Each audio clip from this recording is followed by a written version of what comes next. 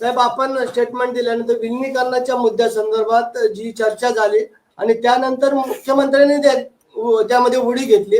म्हणले जर विलिनीकरणाचा मुद्दा असता तर अजितदादांनी मला या संदर्भात कल्पना दिली असती, आणि जर विलिनीकरणाचा मुद्दा होता तर पवार साहेब एनडीए सोबत येणार होते का?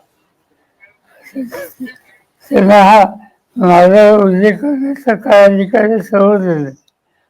या सगळ्या चर्चेत ते कुठच नव्हते, त्यामुळे त्यांना भाष्य करायचा का अधिकार माहिती. पवार साहब, यही सवाल जो है हिंदी में है, मर्जर को लेके, विलय को लेके लगातार बात चल रही थी आप लोगों के बीच में, और अब जो कि दुखद घटना हुई है। बिल्कुल नहीं, आप कैसे गलत है, ऐसी बात कुछ नहीं थी।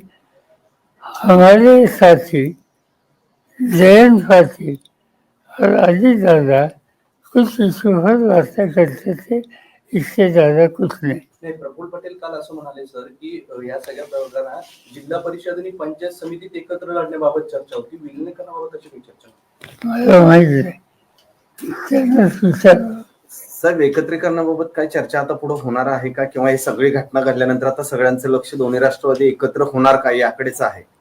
असं आहे की आम्हाला लोकांच्या समोर सुद्धा सरकत आहे, त्यातनं परस्परांना धीर देणं आणि खुलं कसं राहायचं याचं आमचं लक्ष आहे.